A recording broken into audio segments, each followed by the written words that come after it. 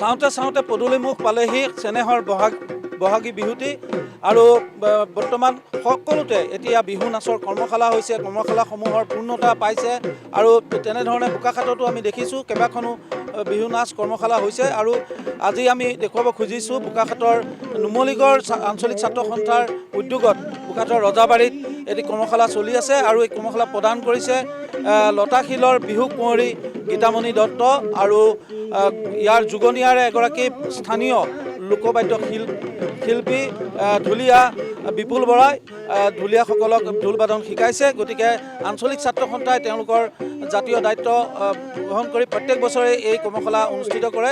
মই ৰজাবাৰীৰ পৰা ইয়াৰ পৰিৱেশটো দেখুৱাইছোঁ আৰু তাৰ লগতে আমি উদ্যোক্তাসকলৰ সৈতে কথা পাতিম। ইয়াতে বিহুৱা ৰঞ্জিত কলিতাই এই নাচনী কণ নাচনীসকলক তেওঁলোকৰ ঢোল বাদন কৰি তেওঁলোকক বিহু নাচ নচাৰ ক্ষেত্ৰত সহায় কৰি দিছে আমি দেখিছোঁ। আৰু প্ৰথমতে আমি নুমলীগড় আঞ্চলিক ছাত্ৰ সন্থাৰ বিষয়ববীয়া আছে, আমি তেওঁলোকৰ লগত কথা পাতিম আৰু এই কৰ্মশালাখনৰ বিষয়ে আমি কিছু জানিবলৈ চেষ্টা কৰিম। যিহেতু একেবাৰে পদূলিমুখ পালেহি হেঁপাহৰ ৰঙালী বিহু আৰু আপোনালোকে প্ৰত্যেক বছৰে এনেধৰণে কৰ্মশালা অনুষ্ঠিত কৰে। এইবাৰ কৰ্মশালাৰ বিষয়ে কওকচোন, কিমান ছাত্ৰ ছাত্ৰী আহিছে আৰু কেনেধৰণে আপোনালোকে আয়োজন কৰিছে? হয়, আমি যোৱা 5 এপ্ৰিল তাৰিখৰ পৰা আগন্তুক 12 তাৰিখলৈকে আমি কৰ্মশালা আয়োজন কৰিছিলোঁ।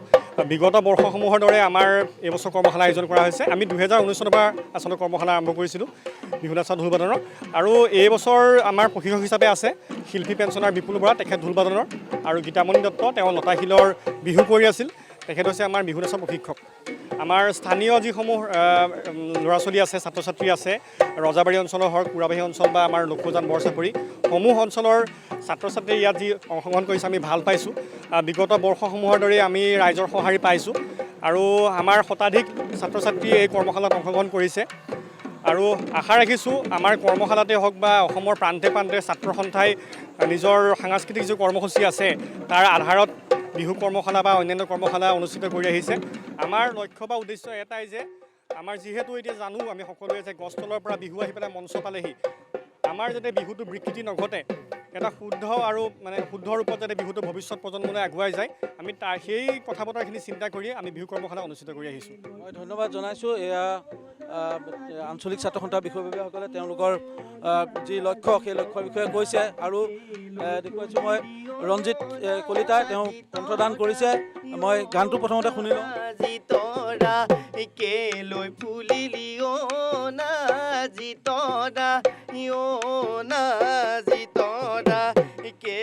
পেলালি কলি না জিতৰা ইনা হুৱা জিপৰা ইনা হুৱা জিপৰা সদায় ভাঙি দিয়া, সদায় ভাঙি দিয়া খাওঁ।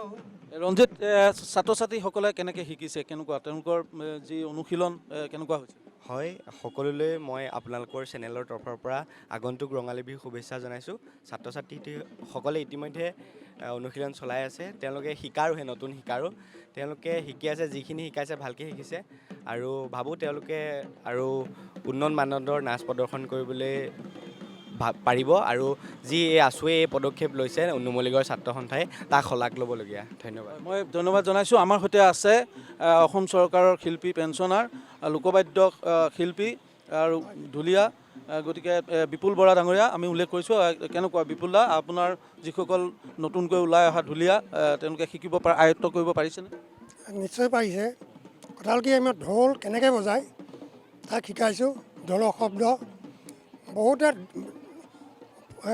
প্ৰথমে ঢোলৰ বিহু চাপো শিকায়, কিন্তু মই ঢোল কেনেকৈ বজায়, ঢোলৰ চাপৰ শব্দ কেনেকৈ উলিয়াব পাৰে তাৰ চেষ্টা কৰিছোঁ।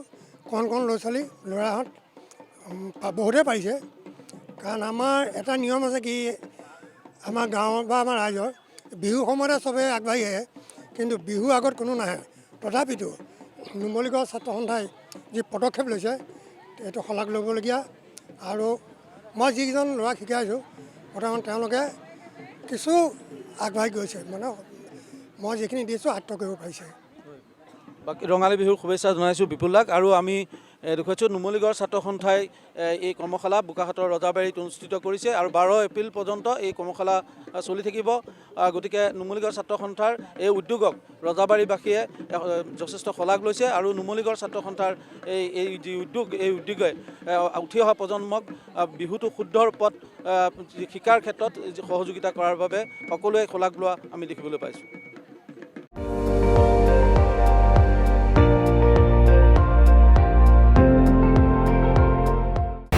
আপুনি চাই আছে ND24 সৰ্বশ্ৰেষ্ঠ নহয় সৰ্বোত্তমৰ দৌৰ।